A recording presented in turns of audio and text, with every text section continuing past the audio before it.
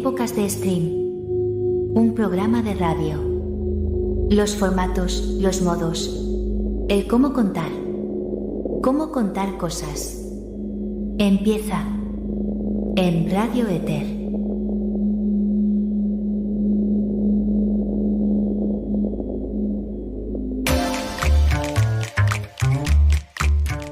Bueno. El capítulo de hoy está cargado de sensibilidades. Vamos a hablar de un hombre que murió, pero que antes de morir, murió en vida. Y que antes de morir en vida, fue una de las chispas que encendió el combustible del rock. Ese combustible hizo funcionar un mecanismo social y cultural que un día se convirtió en una tragedia. Antes de eso, antes de la tragedia, fue una revolución, una constitución identitaria, fue un fenómeno impactante. Esa era dorada, esa frase de si te acordás de los 80 es porque no viviste los 80, terminó el 30 de diciembre de 2004 con la muerte de casi 200 personas. Ese día fue, resurrecciones aparte, un poquito la muerte del rock. No, discúlpeme, yo no estoy vivo. No, eso es un preconcepto suyo que trata de objetualizar. Usted está viendo un espectro de algo que no es. Yo no soy ni un paria, no soy un algo, no soy una persona. Soy un despojo humano. Hoy, en Cómo Contar Cosas, un artista y un empresario. Un héroe y un demonio. Generoso y tacaño, conciliador y peleador, Dios y el diablo. Emir Omar Chabán era todo. No era un artista que hacía de empresario, ni un empresario que se dedicaba al arte. Era, entre muchas cosas, un artista y un empresario. Era ambas. Era el dueño y promotor de lugares históricos e icónicos de la ciudad de Buenos Aires. Mito fundacional en la historia del underground, del ascenso popular. Y si querías llegar a algún lado, tenías que pasar por Cemento, y antes de Cemento por el Einstein, y antes del Einstein por la Esquina del Sol, que igual no era de él. Pero Omar Emir Chabán fue una figura mitológica del rock. Se murió el 17 de noviembre de 2014 en la casa donde cumplía su prisión domiciliaria, pero el 30 de diciembre del año 2004, una tragedia cambió para siempre la historia del rock. Hoy vamos a repasar la vida de la persona que creó y gerenció República de Cromañón. Vamos a meternos de lleno en esa noche, en la causa judicial. ¿Ustedes sabían que Chabán, a sí mismo, se consideraba un héroe? Él no se siente responsable, por más que tenía una culpa atada al cuello, sino que dice haber salvado un montón de gente. Algunas de las cosas que quedaron establecidas en el discurso popular fue que había un candado en una puerta de emergencia, que había una guardería de niños en el baño, que los mismos callejeros incentivaban las bengalas, que había el doble de personas de las que estaban permitidas en el lugar. Muchas de esas cosas las vamos a desmentir, otras las vamos a confirmar y otras vamos a ponerlas en discusión. Hoy, en esta emisión especial, ¿cómo contar a Emir Omar Chabán? Una persona que no se murió en Cromañón, pero que sí murió socialmente y que después de muchos años se murió realmente en cuerpo y en alma, pero que de alguna forma sigue vivo en la memoria y en el recuerdo de la historia, de la tragedia y del rock. Es un personaje bastante peligroso. Dicen que es un asesino. Es posible que lo sea.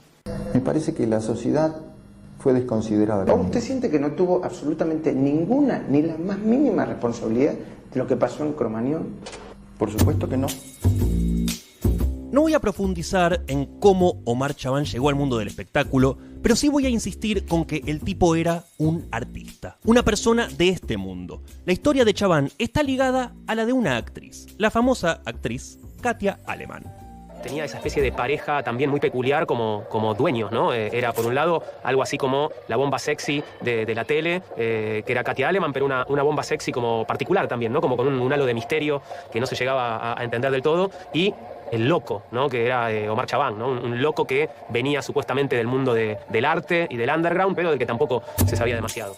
Habla Juan Di Natale y recuerda, por ejemplo, que en la época de Patricio Rey y sus redonditos de ricota, además de las presentaciones que hacían de la música, había números artísticos y entre ellos había un monologuista llamado Enrique Sims, drogadicto y marginal como pocos. Enrique se transformó en periodista y en escritor de una generación en ebullición y durante esa época de revienta y descontrol conoció a mucha gente. En el año 2017 fue convocado por Revista Orsay para escribir su panteón personal, los muertos de su vida, y entre ellos se encuentra el perfil de El Rey de la Noche. El Rey de la Noche cuenta que en las décadas del 80 y del 90 los personajes más conocidos no solamente eran los rockers o los actores, sino los dueños de los boliches. El Rey de la Noche, el hombre que no solo se hizo famoso él, sino que llevó el rock a la cima, fue Emir Omar Chabán. Primero puso un boliche chiquitito que se llamaba El Saturno en Pueyrredón y Corrientes, cerca de la Esquina del Sol, y después puso el Einstein, un bar que creció como todos los bares que ponía Chabán. Este lugar, llamado Café Einstein, estaba en el primer piso de una vieja casona anclada en la avenida Córdoba al 2700, casi esquina Pueyrredón. Fue fundado por Omar en sociedad con Sergio Einstein y Helmut Zieger, un descendiente de alemanes que le interesaba la parte administrativa y gastronómica. Café Einstein tenía arriba unas maderas así, de las cuales Lucas se colgaba y quedaba como aprisionado en esta especie de parrilla. La gente exasperada lo miraba de abajo y le gritaba y le gritaba y le gritaba. Los músicos se movían, el batería, ¡ah! Todos gritaban. Era un... ¿Viste? Esa voz que escuchamos era la del mismo Chabán. Decía Enrique Sims que el Einstein era muy incómodo, muy chiquito, que te hinchaban las pelotas y que no te dejaban actuar. Que ahí empezó a cantar Luca y que ahí fue él mismo, Sims. Que Chabán le pagaba con tragos, le intervenía el espectáculo y que ese era su juego predilecto. Meterse sin pedir permiso apenas empezaba a actuar. El Café Einstein no era un lugar de conciertos tradicional. Su programación variada, que incluía música en vivo, performance teatrales e incluso pintores creando obras en tiempo real, hacían que el lugar se sintiera como un constante espacio. Estaba diseñado para desafiar la norma. Cada noche se mezclaban los límites entre música, teatro y arte plástico, creando un ambiente único.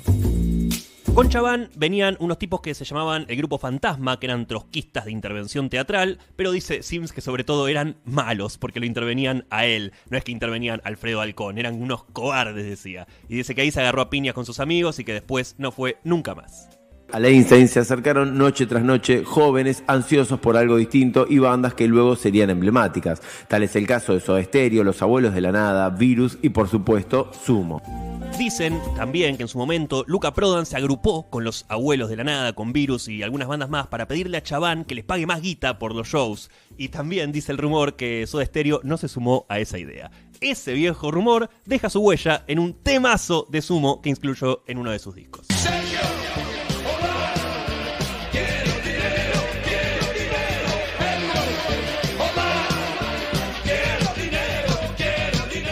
Con Chabán justamente trabajaban en aquella época Helmut Zieger, a quien hace referencia la canción, Sergio Einstein, a quien ya nombramos antes, y Katia Alemann, su pareja, que era quien ponía toda la plata. Ahí nació el Underground, fue el primer lugar donde había libertad total y era muy chiquito, en un primer piso, tocaba Sumo. O sea que el Underground me parece que nace ahí en Buenos Aires, en el Einstein. Ese momento donde nosotros tocábamos en Einstein y tocábamos en lugares muy chiquitos, la Esquina del Sol, y de pronto aparece este lugar de la mano de Omar que tenía Einstein, y de pronto aparece Cemento. Entonces, para nosotros y para muchas bandas fue como nuestro espacio, ¿no? De tener un espacio propio. Y Cemento fue la culminación después del Einstein, no fue otra cosa. Si vos me decís cómo llegué a Cemento, y siendo al Einstein.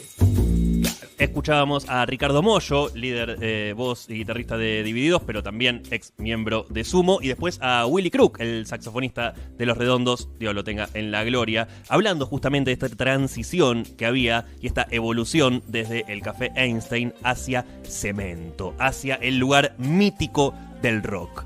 Cuenta Enrique Sims que Katia Alemann era la media hermana de Roberto Alemann, exministro de Economía de Frondizi y de Galtieri después, en los 70 y los 80, y que de repente consiguió el dinero para que Chabán pusiera Cemento. Y Cemento fue el boliche más grande, fastuoso y poderoso de toda la década.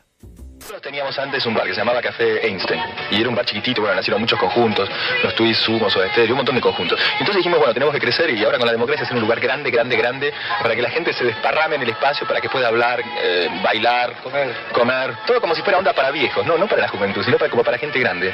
Y bueno, funcionó, la gente se divierte mucho y ve que es esta la onda. Basta de lugares oscuros, con luces agresivas a la vista. La cosa es explayarse en el espacio y bueno, encontrarse, hacerse amigos. El nombre de Cemento se le ocurrió a Helmut Zieger, que es el mejor amigo de Omar, y la idea, la concepción inicial de Cemento era como una cosa despojada del material puro. Los audios que escuchamos son primero el mismo Chabán en la inauguración de Cemento allá por el año 83-84 y después el testimonio de Katia Aleman hablando justamente de ese boliche que puso junto a su pareja. Hay que recordar y tener en cuenta siempre que veníamos de una etapa de dictadura militar y la calle estaba picante en ese momento. La gente no se sentía segura en la calle, no estabas en tranquilidad. Pero una vez que estabas adentro del lugar, estabas adentro. En Cemento, una vez que entrabas, ya estabas totalmente cuidado. Tenía como un aura de riesgo alrededor, porque vos sabías que la policía estaba siempre. Todavía estaba muy fresca la dictadura y todavía los hábitos policiales, no habían cambiado demasiado. Había como un mundo dentro que inauguraba algo y fuera la policía que no entendía, tratando de llevarse gente que para ellos estaban disfrazados. Estamos hablando de la democracia, y había una persecución muy fuerte con los pibes. Y no por los pelos largos, por el hecho de estar deambulando en la noche. Entonces estar adentro de un boliche siempre era mejor que estar afuera en la calle. Acá Facu Sosa en los controles, como siempre, que por supuesto estuvo en Cemento, que por supuesto fue parte de toda esa tribu de gente que iba por ahí fin de semana tras fin de semana a negociar, a regatear una entrada, a tratar de juntarse con gente que estaba ahí, un poco vibrando lo mismo que uno. Mira, tocaste un miércoles ahí, increíble, tocar el escenario de Cemento, la historia viva acá operando en Radio Éter, porque cuenta también Sims que todas las bandas de rock que pasaron a la fama y también muchas que quedaron atrás, trabajaron en Cemento, actuaron ahí. El reviente era tal que ahora se hace un chiste, dice, si no nos morimos antes fue porque Cemento justamente era de Cemento. Omar Chabán fue el hacedor de bandas de todo lo que la gente conoce hoy en día. Obviamente, MTS a nosotros nos ayudó muchísimo, creo que a la Berizo también, pero él era un hacedor de oportunidades. Y eso, que la idea del lugar no era convertirse en la meca del rock. De hecho, no querían recitales los dueños de Cemento, querían aventuras artísticas, locura, innovación, pero el rock parece que es más fuerte que cualquier cosa. La primera etapa es la etapa Katia, donde Cemento era una discoteca, un espacio pensado como un espacio medio neoyorquino, medio Andy Warholesco, donde había performances, muestras de arte, instalaciones. Y escuchen lo que dice Katia Aleman, justamente, que era su primera etapa, de la posibilidad de que toquen bandas en Cemento y cómo fue la conversación que tuvo justamente con Omar Chabán. Un día llegué a Cemento, lo vio Omar y le dije qué buen lugar por el escenario para banda. Me dijo, acá no va a tocar ninguna banda. Surge a partir de que había que bancar el lugar y que no había otra forma. Que lo que, digamos, en definitiva iba a convocar eran las bandas. Y Omar no era lo que él quería hacer, porque no le gustaba mucho el rock, Omar. A mí tampoco. Así que mira vos, ¿no? ¿Cómo son las cosas? Tremendo, una pareja de artistas a las que no les gustaba el rock y que terminan siendo el lugar más icónico del rock, incluso con la frase de yo te seguía desde Cemento. Y en cualquier caso, ahí dice en Cemento, Sims cuenta que hizo algunas de sus mejores actuaciones con Los Redondos y que como todos estableció un vínculo con Chabán. Dice que era un atorrante que te robaba todas las entradas, que por ahí las compraba y las vendía en la esquina y no te pagaba nada, que 1000 entradas se iban al recarajo porque era como un lugar para 3000 personas. Y hoy me doy el lujo también de traer un testimonio de mi propio padre, de mi viejo, quien también era asiduo a ese tipo de lugares y que por supuesto fue a Cemento y por supuesto conoció a Omar Chabán. Recuerdo haber ido a Cemento por primera vez en los 80, 83, 84 habrá sido. Estaba ahí en Estados Unidos, cerca de Paseo Colón, y Chabán estaba en la entrada, pero era como una boletería que había, como en las canchas de fútbol. Él estaba del lado adentro y la boletería daba a la calle. Y era el que vendía las entradas y se le podía regatear y él siempre estaba ahí en la negociación y siempre se quejaba de que le pedíamos descuentos, pero en general tenía buena onda y después estaba siempre adentro, boludeando, hablaba con la gente, era lo más común verlo ahí, no era una cosa normal, era un personaje, pero divertido, no era algo que podía llamar la atención por otra cosa. un poco lo que cuentan todos, que era una persona que estaba, que se lo veía, que estaba presente en su lugar, en su boliche. Y cuenta Enrique Sims en este perfil que había momentos donde no te podías ni mover ahí en Cemento, ahí abajo, que era un caos de gente. Y que, sin embargo, él no quería hacerse al principio muy amigo de Chabán, pero que terminan haciéndose amigos a la fuerza. Cuenta 2 anécdotas, Enrique, sobre Chabán. La primera dice que una noche entró a Cemento toda la comisaría segunda del barrio y que este Sims agarró algo que simulaba ser un grabador y el marido de Vera agarró otra cosa que parecía una máquina fotográfica y empezaron a decir ¡persecución, persecución en pleno San Telmo! Y el subcomisario que estaba ahí, que era amigo de Sims, vio eso, lo llamó aparte y le dijo: Enrique, calmate, vinimos a coger, a tomar algo, ¿no me conseguís un saque? Y eso Chabán, dice Sims, que se lo agradeció siempre. De hecho, se lo presentó al comisario y que Chabán y el comisario se hicieron amigos y empezaron a hacer negocios. Eso dice que Sims es la que le debe Chabán a él. Y después la segunda anécdota, la que Sims le debe a Chabán, dice que es esa, que hay una piba de 16 años que gana un concurso literario ahí en Cemento, gana el certamen. Sims dice que es en una belleza y que fue y se la robó al novio y que le dio a Chabán la orden de que no dejaran entrar al novio de la chica, pero en un momento parece que Sims salió no sé a qué, a tomar aire, a fumar, a boludear, y el tipo lo empezó a correr con una tijera y lo quería clavar, y ahí salió Chabán y lo noqueó de una trompada y lo arrastró varias cuadras y después llamó a la policía y lo detuvieron al tipo. Que nada, que siempre se acordaban de ese ida y vuelta de favores. Y también Chabán recordaba otra historia más de cuando Sims le dio un botellazo a uno y le rompió una botella de whisky que Chabán se la hizo pagar. Nada, que se apreciaban, que nunca compró una entrada, pero que tampoco cobró ninguno de los espectáculos que organizó, o que por lo menos nunca cobró lo que tenía que cobrar. Y cuenta que la última vez que lo vio con vida fue cuando él volvía de Chile y que le hizo así como un chiste de que ahora el rico era él, y Sims le hace un chiste sobre los zapatos, que parece que tenía una colección infernal de zapatos que eran como 1000 y todos carísimos. Pero resulta que el éxito de Cemento y de toda esa cultura que empezaba a emerger empieza a mover el avispero. Y Emir Omar Chabán empieza a organizar al panal de abejas. ¿Cómo surgió tener este lugar? ¿Cómo fue? ¿Cómo llegaste a...? Bueno, lo vine a ver, me pareció muy bueno, me parecía que daba justo para los recitales y justo se daba la confusión de que me cuesta conseguir determinadas bandas, que dice que Cemento queda chico.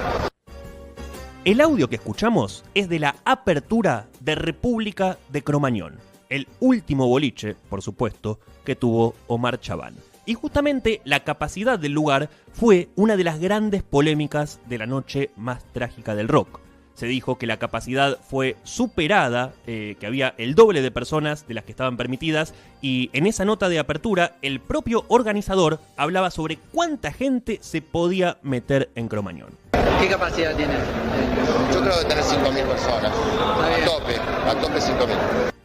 A tope 5.000, cuando después conocimos que la habilitación era obviamente por mucho menos. Y atención con las declaraciones que se vienen ahora. Esto estamos hablando de más o menos mayo del año 2004, recordemos la tragedia fue en el mes de diciembre, porque en esa nota, en la nota de apertura de Cromañón, después de repasar los grupos que iban a tocar en Cromañón durante todo el 2024, de hablar de las comodidades del lugar, que tenía un hotel para los músicos, que tenía estacionamiento, que tenía demás virtudes, también tenía riesgos. Y por eso el periodista le pregunta justamente por las restricciones. ¿Van a haber restricciones en Cromañón? Acá hay restricciones de grafitis. Está bien, eso puede ser. Sí, son restricciones muy fuertes. No puede haber grafitis. Está bien. También bombas de estruendo. Ahora, la semana pasada tuve problemas con bombas de estruendo. Además, tiraban bengalas, es muy peligroso. Puede haber un incendio, bueno, cosas así. Restricciones de tipo seguridad, claro, una especie de locura. Una especie de locura. Como vemos, el tema de las bengalas empezaba ya a sonar en los medios de comunicación. Pero no solo las bengalas, sino también el protagonismo del público, la cultura del aguante, como diría Pablo Alabarces, o como diría La Renga, la furia de la bestia rock. Lo otro es una pelotudez muy grande, ¿viste? Incitar a la gente a que lleve bengalas, como si las bengalas no fueran una cosa peligrosa. 3 tiros, esas cosas que se empezaron a transformar como en el símbolo del rock. Y eso es porque también desde algún punto, no sé, hay algo en el público que quería ser protagonista. Eso es una pregunta también, ¿eh? ¿Por qué querés ser tan protagonista? Quien habla, por supuesto, es la inconfundible voz de Gustavo Cerati.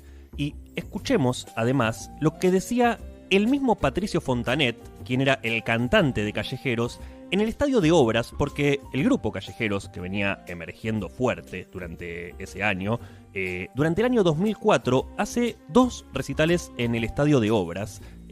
Año 2004, recordemos, año de la tragedia, y tan solo unos meses antes, la banda que explota Obras también tiene problemas con las bengalas en ese estadio, que obviamente es un estadio cerrado. Escuchemos cómo habla el Pato Fontanet a su propio público, a los callejeros, en el estadio de Obras. El tema de las bengalas en Obras, sin silbido, sin nada raro.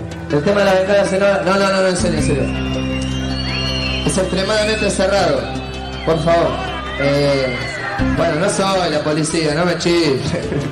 Ustedes saben cómo nos manejamos nosotros siempre con este tema, pero a veces tenemos que hacer excepciones, no hay vuelta que darle. Ustedes saben cómo nos manejamos, o sea, lo saben realmente, pero bueno, son así las cosas. Yo sé que lo hacen de corazón y nosotros lo valoramos un montón. Parece increíble, o sea, realmente era un tema. Era algo que no solo estaba de moda, sino que era parte del show. Embellecía, resaltaba y reafirmaba lo que era la revolución cultural del fenómeno rock. Sí considero que es un error que a veces el público adopte una actitud participativa tan fuerte, no porque no tenga que participar, sino porque en algún punto parece que el público es el show.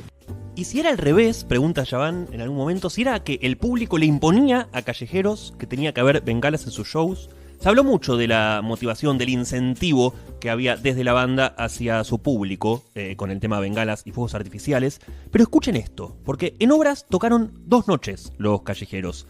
La segunda noche vuelve a pasar lo mismo. Pasó en Obras, pasó en Excursionistas, iba a pasar nuevamente en Cromañón. Y esto decía el cantante de Callejeros la segunda noche de Obras en julio de 2004, tan solo unos meses antes de la gran tragedia del rock. Ya no sé un porongo. Ayer expliqué el tema de las bengalas. Ustedes saben, vuelvo a decir lo mismo ayer, saben cómo nos manejamos nosotros con este tema, saben qué es lo que opinamos. Queda su libre entendimiento. Acuérdense de la excepción que les pedí, pero bueno, tampoco puedo hacer milagros, o sea, hay un cachero en la puerta, si pasaron las bengalas, pasaron. Vamos a cantar y vamos a divertirnos, vamos a hacer lo que siempre hacemos. Claramente había un problema y había una tensión, que supongo que era la tensión que tenemos todos o que podían tener todos en ese momento. Esta cosa de es totalmente peligroso, esto no tiene que pasar, y a la vez es súper hermoso y es súper parte de esta efervescencia del público, que no solo quiere ser protagonista, sino que quiere disfrutar, que quiere vivirlo, que quiere tener un momento de intensidad pura. Y en ese momento el Pato Fontanet, cantante de Callejeros, habla sobre los cacheos, sobre la seguridad, que recordemos, en los shows de Callejeros la seguridad era propia de Callejeros, ya vamos a hablar un poquito de esto más adelante, pero en el tema de los cacheos me parece interesante escuchar la versión del Indio Solari, que hacía también recitales hipermultitudinarios, donde básicamente, ¿cómo haces para cachar a 500.000 personas, 300.000 personas, a 100.000 personas que se meten todas juntas en un recital? ¿Cómo haces para cachar 300.000 personas? Y aparte es ridículo, digo, porque si no se pueden tirar ni al aire libre, no dejes que se vendan. No me cargues a mí cosa policíaca de tener que cachar todo, a ver si tienen una bengala en el culo cuando entran. Digo, si son peligrosas, aún al aire libre, prohibamos, creo que Charly García dijo, prohibamos las Navidades. Me quedé pensando en el tema de Callejeros y las bengalas. Ellos el 30 de julio, si mal no recuerdo, el 2004, tuvieron el recital en Obras Sanitarias. Sí. Hubo bengalas y hubo la intervención de una fiscal contravencional. Sí. Que los investigó, que les dijo que es una contravención peligrosa, los responsabilizó a la gente del grupo y allegados por haber suministrado las bengalas. Claro, prohibamos las Navidades, decía Charly. Lo escuchamos a Cerati, lo escuchamos al Indio Solari y escuchamos también lo que se acusaba a Callejeros de parte de Siete Case de ser justamente un grupo bengalero. No solo la sociedad post-tragedia, sino también el Poder Judicial argentino. Una fiscal contravencional hablaba del incentivo de Callejeros para con su público, justamente con el tema de llevar bengalas. Y justamente por eso dice Chaván que en parte no tiene la culpa de nada. Divididos iba a tocar en Cromañón, pero dijeron que no estaba preparado el lugar. Y ahora vamos a ver qué dicen estos dos muchachos, los grosos del rock, de lo que pasó en Cromañón. Estoy hablando del Indio Solari y de Gustavo Cerati. ¿Ustedes creen que ellos lo veían venir, que esto se veía venir, que era fácilmente previsible? Yo he ido al Cibis y era peor que Cromañón. Pero a nadie se le ocurría tener un 6 luces adentro del lugar. Digo. Ojalá sirva para algo, ¿no? De golpe ahora a todo el mundo se le ocurre que hay que cuidarse y las que son las bengalas y... ¿Viste? Porque hoy son las bengalas, mañana son otra cosa, ¿no? Yo iba a conciertos en Perú en el 86 y había fogatas humanas directamente, ¿viste? Y vos decís, no pasó nada, bueno, suerte que no pasó nada. Pero yo estaba ahí, podría haberlo evitado y qué sé yo. El CBGB era peor que Cromañón, pero nadie tiraba bengalas adentro. En Perú había fogatas humanas, dice Cerati. Era algo que sucedía, era algo que era parte de ese folclore, que era parte de lo que estaba pasando. Y otro de los grandes temas de la tragedia fue la seguridad. Como dijimos recientemente, Callejeros tenía su propia seguridad y sobre eso se habló y se habló y se habló. Escuchemos lo que decía al respecto el señor Omar Chabán. Callejeros para mí era como si fuera Pavarotti, el grupo más importante del año. ¿Imponían condiciones? No imponían condiciones porque era buena relación. No es que ellos me planteaban eso y me parecía bien, porque era una buena seguridad, ellos tenían muy buena organización y de alguna manera yo confiaba en eso. Es decir, no es que trabajaban mal. Lo que escuchamos es una nota que da Omar Chabán luego de ser condenado junto a 5, 6, 7 periodistas para distintos canales y le preguntan justamente con esta seguridad de Callejeros cómo era el control, cómo fue el control en el ingreso y según Chabán fue súper exhaustivo. Control exhaustivo. Cartel aquí que decía prohibido pirotecnia y prohibido entrar con bebidas. Sí. Súper exhaustivo. Callejeros era una banda emergente del rock. La separación de Los Redondos había dejado una tribu huérfana que, al igual que en la muerte de Luca Prodan, alguien iba a tener que llenar. La banda empezó a hacerse conocida por sus pintadas callejeras, por sus grafitis en las paredes de la ciudad y además por pegar un super hit en la radio. ¡Ay, qué calor, qué calor! ¡Qué calor para esta noche tan fría! De esta manera sonaba Callejeros en Obras, julio de 2004, sonido de consola. Así que después de reventar Avenida del Libertador, la banda iba a cerrar el año con 3 fechas consecutivas en República de Cromañón. Solo voces como ecos, como atroces chistes sin gracia. Hace mucho tiempo escucho voces sin ni una palabra. Y mis ojos maltratados se refugian en la nada y se cansan de ver un montón de caras y una mirada. Una nueva noche fría del barrio, los brazos se llenan los bolsillos. Las calles son nuestras aunque el tiempo diga lo contrario. Y los sueños, los soñados ya se apagan la garganta y se cansan. Y eso casi siempre, siempre. Van viendo pocas sonrisas, prisioneros de esta cárcel de pizza. Se apagó el sentido, se encendió un silencio de pizza.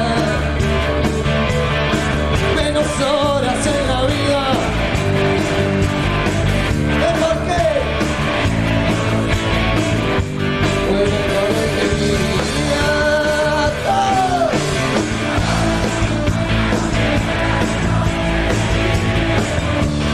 Pero no de mí. Lleno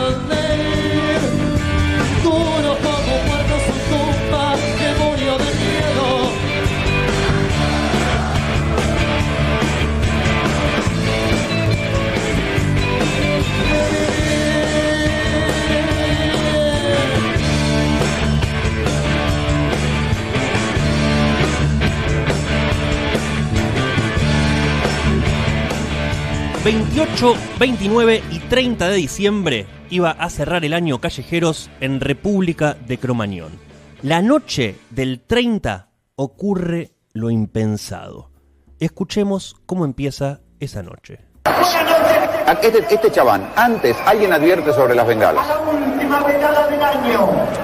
Gracias Este chabán. al distinguido público, esta fiesta es posible. Damos comienzo al show. Con ustedes y para ustedes, Callejeros.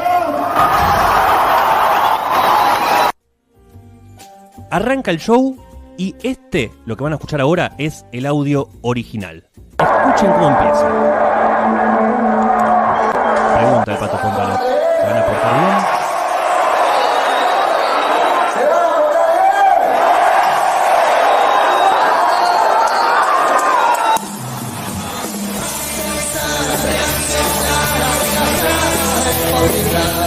Distinto. Un tema que podemos estar después la versión de estudio.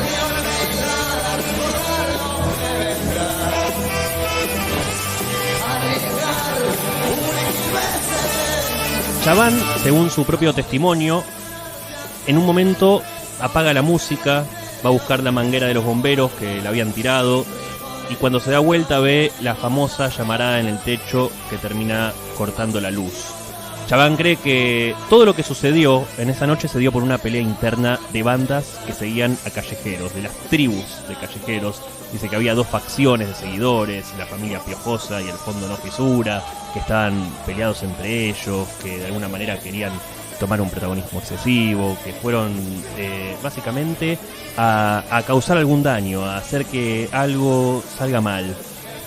Pero más allá de esas teorías conspiranoicas, que creo que solo están en la cabeza de Chaván, uno piensa, ¿no? ¿Qué sentirán las personas que por ahí entraron bengalas a Cromañón, pero que ni siquiera llegaron a prenderlas? O las personas que fueron excursionistas con bengalas, o las personas que prendieron fuego en obras, o mismo en Cromañón, pero la noche anterior o hace 2 noches.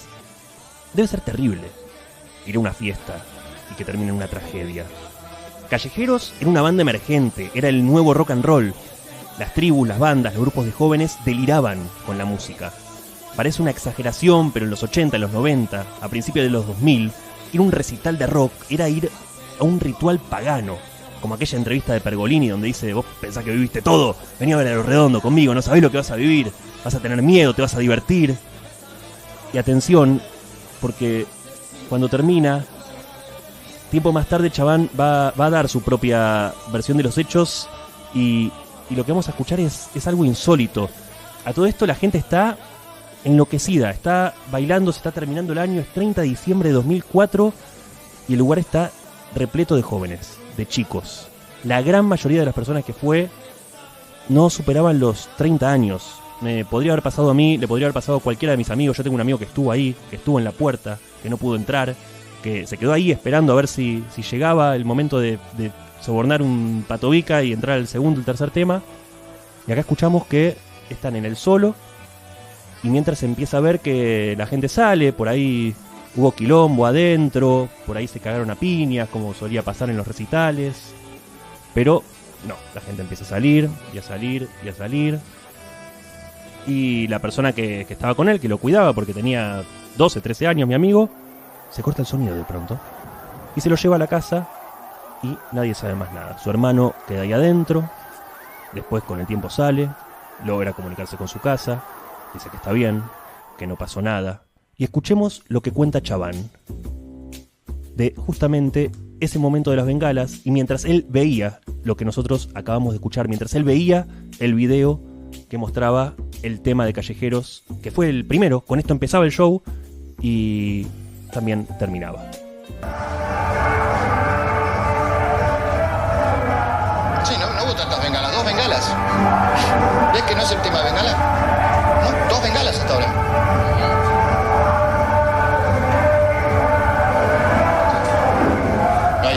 Ahí corté yo. ¿Ahí qué pasó? Ahí es cuando cortó el sonido. Bueno, fíjate, ahora que veo el video, porque vos sabés que lo vi una sola vez al video en el juzgado. Hubo 2 bengalas. Es decir que... ¿La explosión qué fue? La verdad no sé. Y acá empiezan las hipótesis. ¿Qué fue lo que pasó?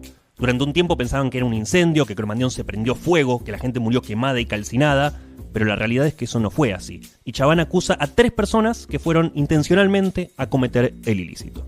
Usted dice que hubo 3 personas que dispararon este producto, que estaban abajo de la escalera. Que no lo conocía nadie. Eso lo saco por la causa. Esto yo ni sabía que existía. Cuando los veo nada más, me pareció tan raro, y solamente los vi, le digo al sonidista, cortá el sonido, solamente los vi. Claro, ¿cómo vas a cortar el sonido del primer tema del show? ¿Estamos todos locos? No pasa nada, ya se va a calmar. No se toman en serio esas órdenes. Pero según el testimonio del mismo Chaván, él se tira sobre la consola y corta el sonido y va a buscar una manguera para apagar el principio de incendio que había en una tela del techo. No sé cómo me están señalando a mí, como que yo quise que pasara esto, porque si yo personalmente en ese momento no corto el sonido antes de que se corte la luz, morimos las 2.500 personas. Y morimos las 2.500 personas. ¿Cómo es el razonamiento? Es así. Acá el signo, vos lo ves, el signo para que la gente empiece a escaparse y a salir desesperadamente en una situación de pánico es porque yo corto el sonido. Si yo no corto el sonido y se corta la luz cuando la gente está mirando el recital, morimos todos. Chaván, con una culpa enorme atada al cuello, tiene una parte de sí que se considera a sí mismo un héroe, alguien que evitó una tragedia mayor. Pero nos vamos a meter en la gran polémica que involucra al organizador, y es la cuestión de una puerta de emergencia que estaba trabada con un candado. Salgo por aquí y lo encuentro a Raúl y a Diego Argañarás y vamos a abrir esta puerta. Y ahí vemos que estaba trabada, ¿no? ¿Quién la trabó? Eso es una cosa, te cuento. Eso es algo como una disquisición que todavía queda para el juicio oral. Claro, sobre eso no podía decir nada, pero sí hace hincapié en un hecho no menor. Él dice que esa puerta trabada no era la puerta de emergencia, sino que era simplemente una puerta. Repito, todo esto estaba abierto. Esta puerta no puede ser tomada como puerta de emergencia. En ningún caso. Porque esta puerta da a otra propiedad, que es el garage del hotel, que esto tiene techo. Entonces, ninguna puerta de emergencia o considerada como emergencia puede dar a otra propiedad privada. Tiene que dar a la calle. La única puerta que puede ser considerada puerta de emergencia es esta, que está bien determinada en el plano. Y esto pone en duda uno de los grandes temas, la puerta de emergencia bloqueada que podría haber salvado la vida de unos cuantos chicos. No era la puerta de emergencia habilitada para el show, sino que la puerta habilitada, era la puerta de ingreso, que era el gran portón por donde toda la gente entró, que tenía 9 metros de largo. De los testimonios de los 9 metros que son este paño, solamente estaba abierto 3 metros. No. Según lo que yo creo es que esta estaba cerrada y la abrieron rápidamente hacia aquí. Y hacía presión la gente. Está la causa. ¿La causa qué es? Está confuso. Está confuso. No, dice primero, está confuso, dice después, pero bueno, vemos que en ese momento para Chaván era un tema de discusión. Lo que sí, otro periodista le echa en cara la pericia de los bomberos. Es una pericia de los bomberos que determinaron que si hubiese estado abierta esta puerta, en 4 minutos hubiesen salido 4.000 personas. No, te cuento. Eso es lo que determinó la pericia de los bomberos. En 4 minutos 25 segundos. No me están escuchando.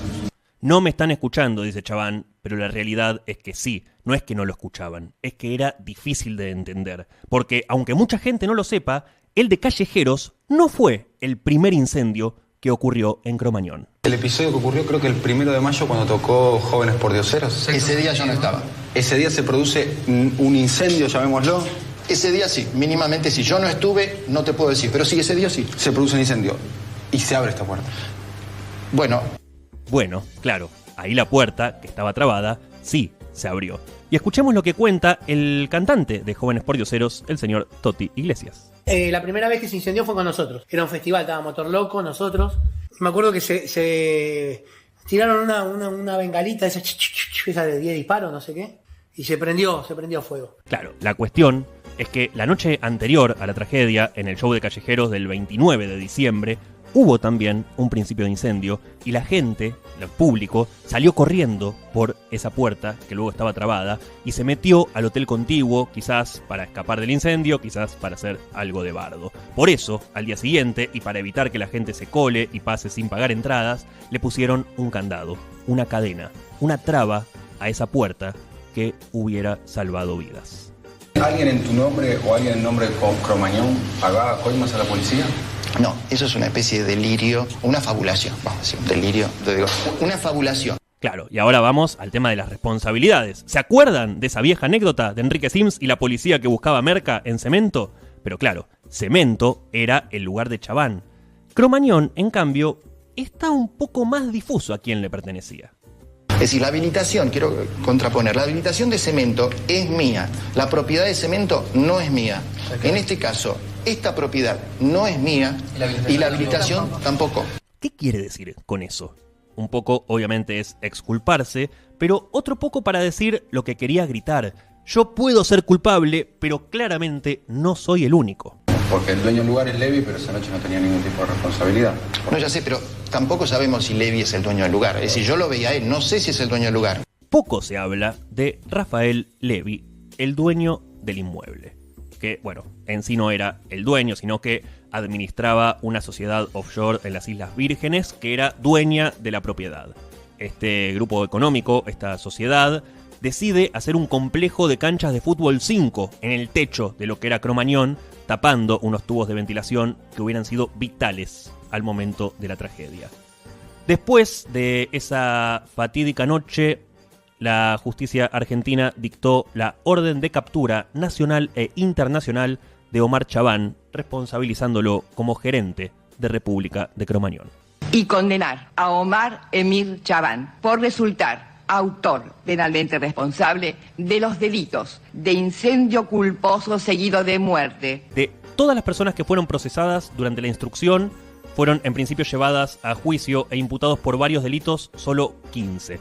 Omar Chabán y Raúl Villarreal fueron acusados de estrago doloso seguido de muerte y cohecho activo, y la misma acusación recayó sobre los integrantes de Callejeros.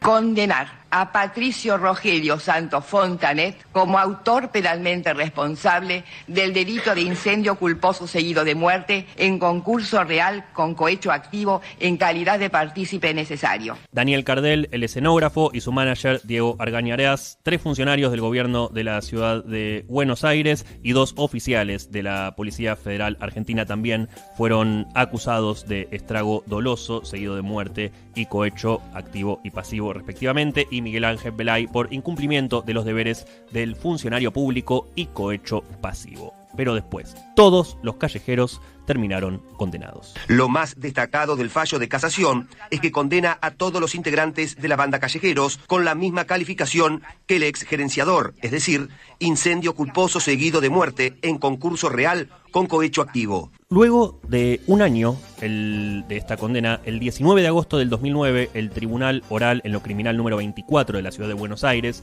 dictaminó por fallo unánime condenar a Omar Chabán a 20 años de prisión, a Diego Argañarás a 18 años de prisión, al subcomisario Carlos Díaz a 18 años de prisión y a Raúl Villarreal a 1 año de prisión en suspenso. y el tribunal determinó que tanto Chabán como Argañarás se encontraban a cargo de la organización del recital y por lo tanto eran los únicos sobre los que podía caer la pena de incendio doloso calificado. La Cámara Federal de Casación Penal confirmó en septiembre del 2015 las condenas contra exfuncionarios, contra los miembros de la banda Callejeros y contra los demás imputados al rechazar sus recursos de apelación, y la Corte Suprema de Justicia de la Nación, a principios del mes de marzo de 2016, catalogó como inadmisibles los recursos extraordinarios que 11 imputados interpusieron ante las sentencias, por lo que todos los acusados debían regresar a cumplir sus penas en prisión. Las condenas variaron entre los 3 y 7 años, teniendo el Pato Fontanet, el líder de la banda, la mayor de ellas. Después los demás músicos recibieron aproximadamente 5 años, y está obviamente el caso del baterista Eduardo Vázquez, al que se le sumaron 6 años a la condena de cadena perpetua obtenida por el asesinato de su esposa. El punto de inflexión se dio en la cultura. De pronto todos los locales cerraron sus puertas, los menores de 18 años nos quedamos sin refugio, sin noche, sin juventud. Los boliches, los recitales, los eventos más atractivos de la cultura y la contracultura se apagaron, se acartonaron, se escondieron de los flashes. Fue una época difícil para la gente de 15, 16, 17 que quería divertirse. Y después el tema de las bengalas, que fueron la lepra del rock y de la sociedad. En Año Nuevo pidieron evitar la pirotecnia, el Hospital del Quemado estaba saturado, las familias necesitaban un poco de paz, un poco de respeto. En los shows musicales se extinguieron, desaparecieron para siempre, con la extraña excepción de los recitales del Indio Solari, donde seguía emergiendo como fenómeno de luz, fuego y descontrol la bengala. Pero volvamos a esa frase del Indio que decía: si tan peligrosas son, que prohíban la venta, que prohíban las navidades, decía Charlie.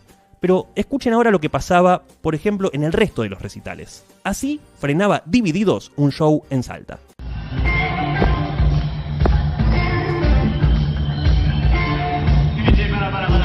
Che, boludo.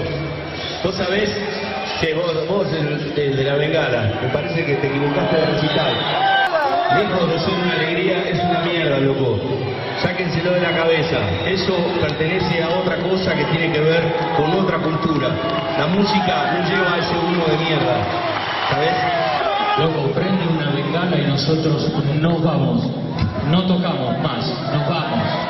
Porque los que nos están defraudando son ustedes. No prendan más una bengala que es un símbolo de horror, de muerte. ¿No? Déjense de hinchar las pelotas con eso.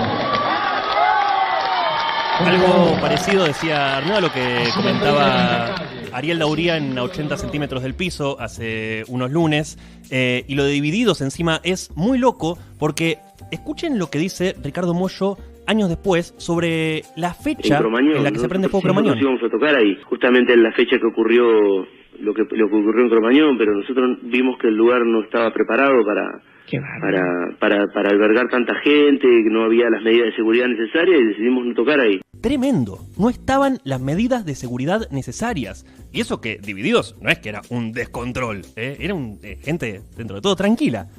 Escuchemos cómo termina la historia de Divididos y Cromañón.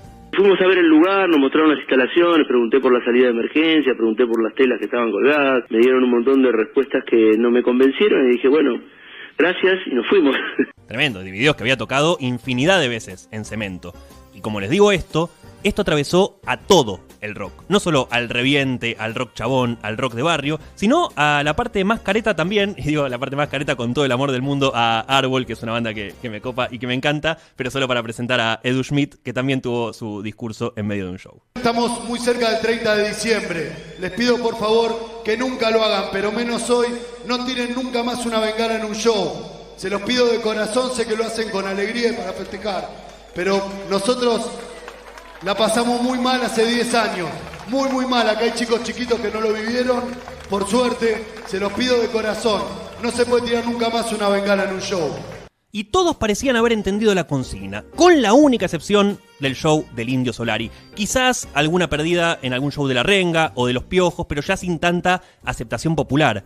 Hasta que unos años después, alguien lleva una bengala náutica a un show de La Renga, algo que ya pasaba en Cromañón y que ya pasaba en Cemento, según nos cuenta Toti Iglesias, el chico que cantaba en Jóvenes Pordioseros. Porque yo lo tengo filmado, todo, vendían bengala de barco y tiraban, ¿lo viste acordar? Se llamaban bombas brasileras, vendían así que eran como unas cosas marrones que venían como, ni siquiera tenían mecha, tenían como un metal.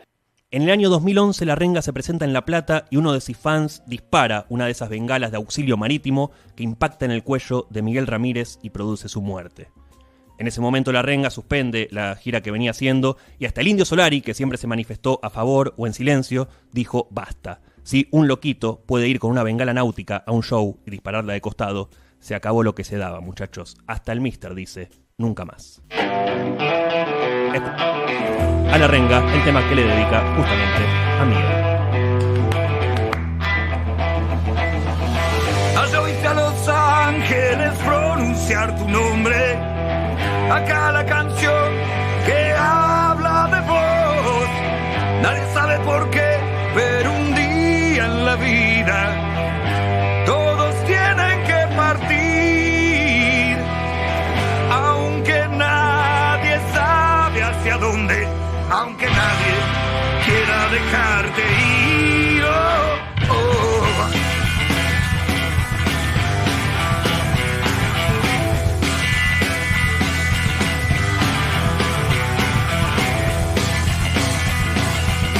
Siempre habrá pintada una bandera con los colores que hiciste vivir, y así sabrá el coro del cielo que de los nuestros se fue el más bueno, y acá cantan tu canción,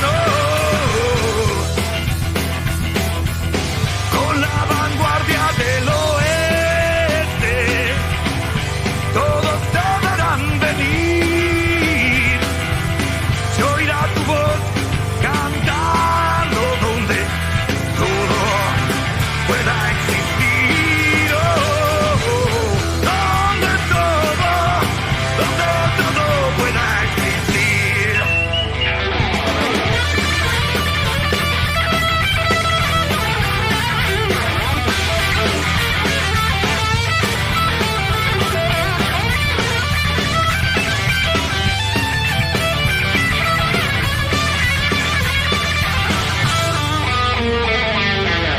Con la vanguardia del oeste, todos deberán venir, se oirá tu voz cantando donde todo pueda existir. Oh, oh, oh. Donde todo pueda existir. Oh, oh, oh. Donde todo pueda existir. Oh, oh, oh. Donde todo pueda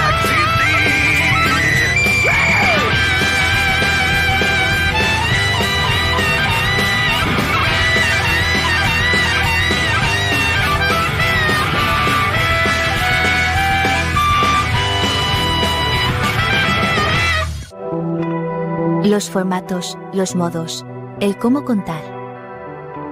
Cómo hacer que te llegue eso que te llega. Cómo dejar un mensaje. Cómo capturar una atención. Cómo lograr no solo transmitir el saber, sino el entender. Cómo contar cosas. Los jueves a las 16 por Radio Éter.